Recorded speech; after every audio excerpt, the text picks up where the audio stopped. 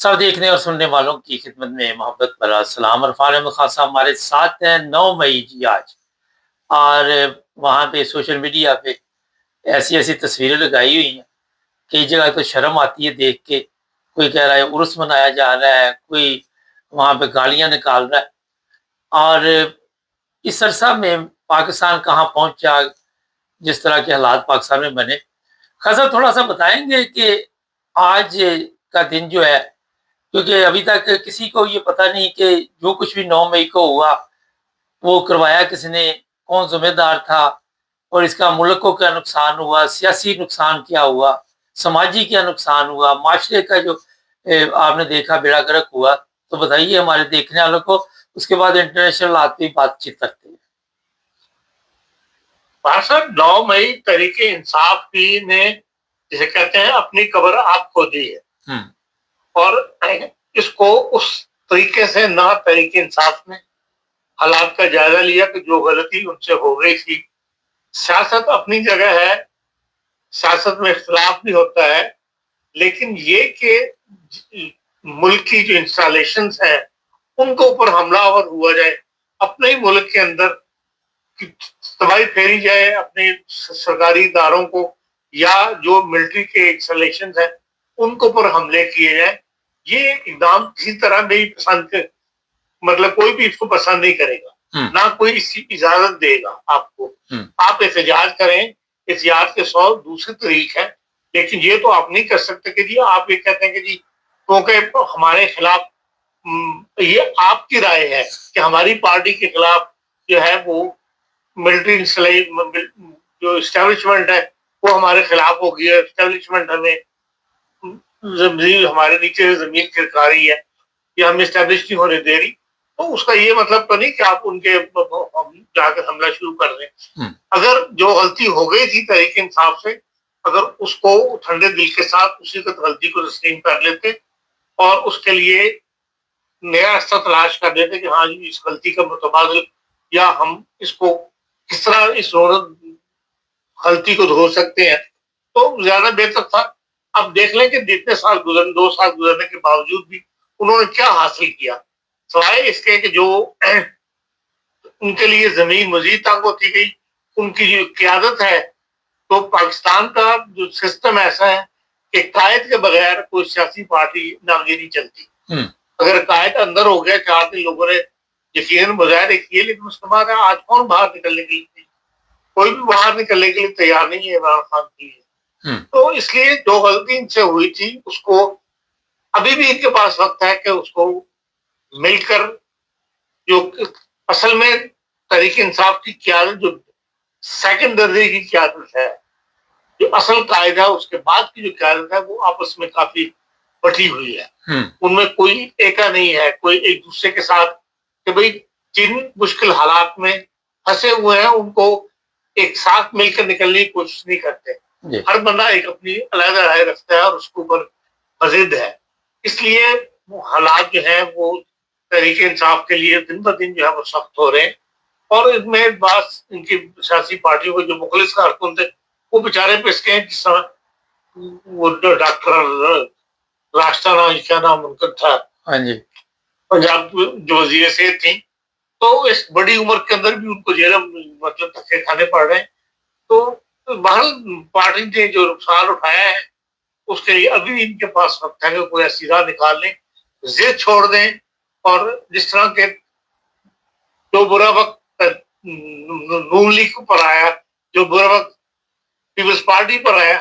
اس میں سے بھی جو راستہ انہوں نے اختیار کیا وہی راستہ جو ہے وہ تحریک انصاف کو اختیار کرنا پڑے گا، تب تو ان کا کوئی نرمی پیدا ہوگی، ورنہ مظاہر مشکل ہے۔ تو ہم یہ نہیں کہہ سکتے کہ واحد ایسا ہی ہونا چاہیے، لیکن پاکستان کی اسٹیبلشمنٹ یا پاکستان کے سیاسی حالات جو ہے ان کی اس ایک دائرے کے، ان کے گرد جو دائرہ پڑ چکا ہے اس دائرے کے اندر رہ کر ہی آپ اپنے لیے کوئی راستہ بنا سکتے ہیں۔ خاصا 2 سال یا 3 سال کے عرصے میں آپ دیکھتے ہیں کہ پاکستان کی جو سیاست ہے اس کو بڑا سخت نقصان پہنچا اور ملک نے ترقی نہیں کی، اور یہ کسی میں بڑا اہم سوال ہے کہ ہمارا ملک اسی طرح چلتا رہے گا جس طرح آپ کو بھی پتا ہے جو لوگ آکے اعلان کرتے کہ ہمارا سیاست سے کوئی تعلق نہیں، تو وہی ہمیشہ کے لیے ہمارے حکمران رہیں گے، اور جو سیاستدان ہیں وہ غلامی کی زندگی، اور جو عوام ہے وہ بدتر سے بدتر زندگی گزارتے رہیں گے. ان کے نصیب میں یہی لکھا ہے. مبارک صاحب، ان کے نصیب میں انہوں نے خود لکھا ہے. ہمارے سیاستدانوں نے اپنے حالات خود تنگ کیے ہیں، اپنے لیے رستے خود مسدود کیے ہیں. اگر ان میں ایکا ہو جاتا صرف جمہوریت کے نام کے اوپر کہ نہیں اس ملک کے اندر جمہوریت ہم نے لے کے آنی ہے، ہمیں آپس کا اختلاف اپنی جگہ، لیکن ملک میں جمہوری کلچر کو پروان چڑھانا ہے، تو پھر جو جس طرح کے جو ہوش آئی تھی بے عزیز صاحبہ کو، اور انہوں نے وہ معاہدہ کیا نون لیگ کے ساتھ، تو اگر اس قسم کا معاہدہ آپس میں سارے سیاستدان مل کے کر لیں تو پھر یقینی طور پر سیاستدان جو ہے وہ اپنے لیے مقام پیدا کر لیں گے، یا پاکستان کا سیاسی کلچر جو ہے وہ بدلنے کے حالات پیدا ہو جائیں گے. لیکن یہ خود آگے جا کے رابطوں پہ جا کے ملٹری جنرلوں سے ملتے ہیں، ایک دوسرے کی شکایتیں لگاتے ہیں، تو انہوں نے اپنے لیے رستہ خود مسدود کیے. خطر ایک وقت تھا کہ زرداری نے جب صدارت سنبھالی تو بڑے حکمت عملی کے ساتھ مشرف کو چلتا کیا تھا. اس کے بعد بھی ان لوگوں نے عقل سے کام کیوں نہیں لیا؟ زرداری جیسے بندوں نے بھی کیوں نہیں عقل سے کام لیا، اور اقتدار کے لالچ میں یہ انتقامی سیاست پہ اترتے رہے، ایک دوسرے کے لیے مسائل پیدا کرتے رہے. دیکھیں یہ ایک مثال ہے کہ بھئی ان لوگوں نے آپس میں ایکا کیا، تو پھر مشرف جیسا بندہ بھی اس کو ایوان صدر خالی کرنا پڑ گیا. اگر یہ ان معاملوں میں آپس میں اتحاد کر لیں، فیصلہ کر لیں کہ ہاں جو جمہوری معاملہ ہے اس کے اندر ہمارا فیصلہ ایک ہوگا، تو پھر یقیناً ان کے لیے بھی فائدہ ہوگا، اور ملک کی جو ہے جمہوری پر جو کلچر ہے اس کو بھی پروان چڑھے گا. اور جو اسٹیبلشمنٹ کے جو شکوے ہیں ان کو وہ بھی دور ہو جائیں گے آہستہ آہستہ. جی اچھا خان صاحب، ایک آج اس پروگرام میں چھوٹا سا میں نے کہا خان صاحب سے مشورہ لیتے ہیں. پچھلے دنوں ایک کوئٹہ میں واقعہ پیش آیا، اور ایک نوجوان کو گولی لگی جس سے اس کی موت واقعہ ہوگی. سوشل میڈیا پہ مختلف میں نے خبریں دیکھی، لیکن کیا حقیقت ہے؟ اور تھوڑا سا خان صاحب کو پوچھیں گے کہ آج کے حالات میں ہماری جو نوجوان نسل ہے اس کو کیا احتیاط کرنی چاہیے. تھوڑا سا اس واقعہ کے بارے میں بھی خان صاحب بتا دیں تاکہ لوگوں کو پتہ چل جائے. دیکھیں مبارک صاحب، جو واقعہ ہے جس واقعے طرف آپ اشارہ کر رہے ہیں کوئٹے والے واقعے کے بارے میں، وہ جس کمیونٹی سے تعلق رکھتا ہے اس کمیونٹی کی طرف سے کئی دفعہ یہ اعلان بتایا گیا ہے کہ بھئی جب تک ہمارے پریس نوٹ نہ کمیونٹی کی طرف سے کوئی پریس نوٹ جاری نہ ہو اس وقت تک شہادت کا اعلان نہ کیا کریں، یا اس واقعے کے اوپر تبصرہ نہ کیا کریں. اب لوگ اس کا بات نہیں آتے، فٹافٹ ایک جیسے کہتے ہیں کہ بھئی جیسے ان کو کوئی انعام مل رہا ہے کہ میں سب سے پہلے میں یہ خبر جاری کر دوں. وہ اس قسم کا یہی واقعہ دوبارہ کوئٹہ میں ہوا ہے. اس کی جو تفصیل جو بلوچستان کے اخبارات میں شائع ہوئی ہے اس سے یہی پتہ لگتا ہے کہ بھئی وہ ناکے کے اوپر روکا گیا تھا، اور ناکے کے اوپر وہ نہیں رکے بچے، تو جس کی وجہ سے ظاہر ہے انہوں نے جو پولیس کو آرڈر ہے آج کل کے حالات کے اندر صوبہ سرحد کے پی کے اندر بلوچستان کے اندر کلیئر کٹ اس وقت سیکورٹی اداروں نے کہا ہوا ہے کہ جو ناکے پہ نہیں رکے گا اس کو پھر اس کا پیچھا کرنا ہے یا اس کو گولی مار دینی، مطلب اس کو فائرنگ کرنی ہے. لازمی بات ہے کہ بھئی اس آج کل کے حالات کے اندر جب بھی آپ کو کوئی سیکورٹی میں روکے آپ کو رک جانا چاہیے. اگر آپ کلیئر ہیں تو پھر آپ کو کوئی خوف بھی نہیں ہونا چاہیے کہ بھئی آپ پہ کوئی خام تو کوئی آپ کو پکڑ کے اندر نہیں کر رہا. تو ہمارے لیے اس معاملے میں بڑی احتیاط کرنی چاہیے، خصوصاً ان دونوں جگہوں پر، نہ صرف ان میں بلکہ پنجاب کے اندر بھی جہاں بھی سیکورٹی والے آج کل کے حالات میں روکیں وہاں انسان کو اپنی شناخت اور شناختی کارڈ ہمیشہ جیب میں ہونا چاہیے، کیونکہ یہ چیز بھی ہے وہ شک پر ڈال دیتی ہے اگر آپ کے پاس شناختی کارڈ نہ ہو. جیسے جرمنی کے اندر یہ حکم ہے ہر بندے کو کہ اپنا پرسنل آؤسویس ہمیشہ آپ کے ساتھ ہونا چاہیے. اسی طرح میں سمجھتا ہوں کہ ان حالات میں پاکستان کے اندر بھی ہر بندے کو اپنا شناختی کارڈ جو ہے وہ ساتھ رکھنا چاہیے تاکہ فوری طور پر آپ کی پہچان ہو جائے کہ آپ کون ہیں. بالکل. اچھا یہ بڑی ایک اہم خان صاحب نے بات کی طرف توجہ دلائی. دیکھیں جو جانے والا وہ تو چلا جاتا ہے، لیکن جو ماں باپ کے لیے تکلیف کا باعث بنتے ہیں، رشتہ داروں کے بہن بھائیوں کے لیے وہ میرا خیال ہے بڑا مشکل ہوتا ہے. ایک بڑا خوبصورت نوجوان پتہ نہیں 18 سال کا بچہ ہے, تصویر سوشل میڈیا پہ چل رہی ہے,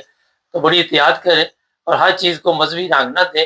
جہاں پہ قوانین کا احترام ہے وہ بہت ضروری ہے. کسی بھی ملک میں رہ رہے ہیں, جب آپ نے رہنا اسی ملک میں تو اس ملک کے قوانین کا احترام کریں. خان صاحب نے ابھی جو بات کی, یہاں جرمانہ کر دیتے ہیں جرمنی میں اگر آپ کے پاس آئی ڈی کارڈ نہ ہو. کیوں خان صاحب؟ جی بالکل. ہاں جی. اچھا خان صاحب, تھوڑا سا انٹرنیشنل حالات کی طرف نظر ڈالتے ہیں. ایران نے کافی تباہی مچائی, ابھی آہستہ آہستہ کھل کے باتیں سامنے آ رہی ہیں, اور کیا کہتے ہیں اس کے بارے میں؟ دیکھیں اب بہت سارے جو آبزرور ہیں, جو تبصرہ نگار ہیں, وہ بہت سی باتیں اب آہستہ آہستہ باہر آ رہی ہیں, جس سے یہ پتہ لگ رہا ہے کہ اب جو ایران کا جو نقصان ہو رہا تھا وہ تو ہوا ہے, لیکن امریکہ کا بھی بہت زیادہ نقصان ہوا ہے. جو امریکہ نے ایسٹیمیٹ نہیں کیا تھا کہ وہ اتنا بڑا نقصان اس کا اٹھائے گا. اب جیسے بتایا جا رہا ہے, جو آبزرور میں مضمون نکلا ہے کہ 16 جگہ جو ہوائی اڈے ہیں امریکن جہاں پہ فوجی تھے, ان کے اوپر انسٹالیشن کے اوپر جو ہے ایران میزائل پھینکنے میں یا وہ نقصان پہنچانے میں کامیاب ہوا ہے. ابھی چھوٹی بات نہیں ہے کہ 16, اس کے علاوہ 2 ہوائی جو ان کے بحری بیڑے ہیں ان کو بھی نقصان پہنچانے میں وہ کامیاب ہوا ہے. یہ سارے نقصانات جو ہیں یہ امریکہ نے اسٹیمیٹ نہیں کیے ہوئے تھے. پھر ایک اور یہ امریکن کمپنی مطلب نگاروں نے بتایا ہے کہ بھائی اتنا جنگ کے باوجود ایران کا جو ہے وہ 70% ابھی بھی اس کے پاس میزائلز کا ذخیرہ جو ہے موجود ہے, جبکہ ان کا جو ہے ایران جو ہے امریکہ جو ہے اس کا 40% رہ گیا ہے اور ان کے پاس 70% ابھی پڑا ہوا ہے. تو اس قسم کے تفصیلات جو ہے نا باہر آنی شروع ہوئی ہیں, اور اس کی وجہ یہی بتاتے ہیں کہ امریکہ کیوں جنگ سے پیچھے ہٹ رہا ہے. یہ جنگ نہیں چاہتا, اتنا انتظار کر کے اپنی ایکسٹینشن دے رہا ہے کہ ہاں جی کسی معاہدے پہ ہم پہنچ جائیں, جنگ نہ ہی ہو, اس لیے کہ امریکہ کا اپنا نقصان جو ہے وہ کافی ہو چکا ہے. اور آگے جو خلیجی ممالک ہیں وہ اب اس طرح تعاون کرنے کے لیے امریکہ کے ساتھ تیار نہیں ہے. وہ ایک مستقل دشمنی کی بنیاد وہاں نہیں رکھنا چاہتے اس جنگ سے. انہوں نے یہ سبق سیکھ لیا ہے کہ بھئی ایران ہمارے ساتھ ہمیں قتل مکمل طور پر ختم نہیں کبھی بھی کرنا چاہتا. جو ہمارا مذہبی اختلاف ہے یا عقیدے کا اختلاف ہے وہ اپنی جگہ ہے, لیکن ہمارے درمیان کوئی دشمنی ایسی ہم آپس میں نہیں رکھتے یا ہمیں نہیں رکھنی چاہیے جو ہمیں کوئی دوسری طاقت ہمیں آ کے محفوظ نہیں کر سکتی. ہمیں آپس میں تعلقات جو ہے وہ بحال کرنے چاہیے اور اپنے آپ کو ایک دوسرے سے خطرے سے باہر نکالنا چاہیے کہ میں خوف کے ماحول سے نکل کے ایک برادران اسلامی ماحول بن کے رہ سکے. اس قسم کے مضامین جو ہے اب وہ عقل دینے کے لیے عربوں کو بھی اور ایرانوں کو بھی شائع ہونے شروع ہو گئے. بہرحال اس سارے جو سرکل بن رہا ہے اس کے اندر یہی نظر آ رہا ہے کہ امریکہ بھی اوائڈ کر رہا ہے جنگ کو, اور جو خلیجی ممالک ہیں وہ بھی اوائڈ کر رہے ہیں جنگ کو, اور اس سے فائدہ اٹھا رہا ہے ایران. اور وہ چاہتا ہے کہ وہ جن طرز پر معاہدہ چاہتا ہے اس کی طرف جو ہے وہ کامیابی حاصل ہو جائے. قسم ایک بڑا اہم سوال ہے کہ جو اس کے چلے ہوائی اڈے تو تباہ ہوئے مگر اس کے ساتھ ساتھ امریکہ کا جو روب تھا, جو وہاں پہ چودھری پنا تھا, اس کو کتنا نقصان پہنچا, اور اس کا آنے والے دنوں میں کیا آپ اثر دیکھتے ہیں دوسرے ممالک کے اوپر؟ دیکھیں اس روب دبدبے کے اندر ایران امریکہ کی اپنی پالیسی کا عمل دخل زیادہ ہے. اس نے زیادہ مطلب ایسی پالیسی اختیار کی جس میں اس نے اپنے ساتھی جھڑنے شروع ہو گئے. اگر ساتھیوں کو ساتھ رکھتا تو پھر تو روک دو قائم رہتا, لیکن یہ ہے کہ بھائی یہ کامن مارکیٹ میں کہتا ہوں ہمیشہ میں رہتا ہے, جو نیٹو تھی, نیٹو ممالک کے اندر جو آپس میں گڑبڑ شروع ہوئی ہے اس میں جو اختلاف شروع ہو گیا تو وہ پھر آگے بڑھتا ہی چلا گیا. تو اس وجہ سے بہرحال ایران نے اپنی جو نقصان پہنچا ہے امریکہ کو, دبدبے کو, یوروپ کو, اس کا اپنا نقصان زیادہ ہے. اب اپنا عمل دخل جو ہے وہ زیادہ ہے. حضرت ایران آنے والے دنوں میں آپ دیکھ رہے ہیں کہ ایک ابھرتی طاقت اس خطے میں نظر آئے گی؟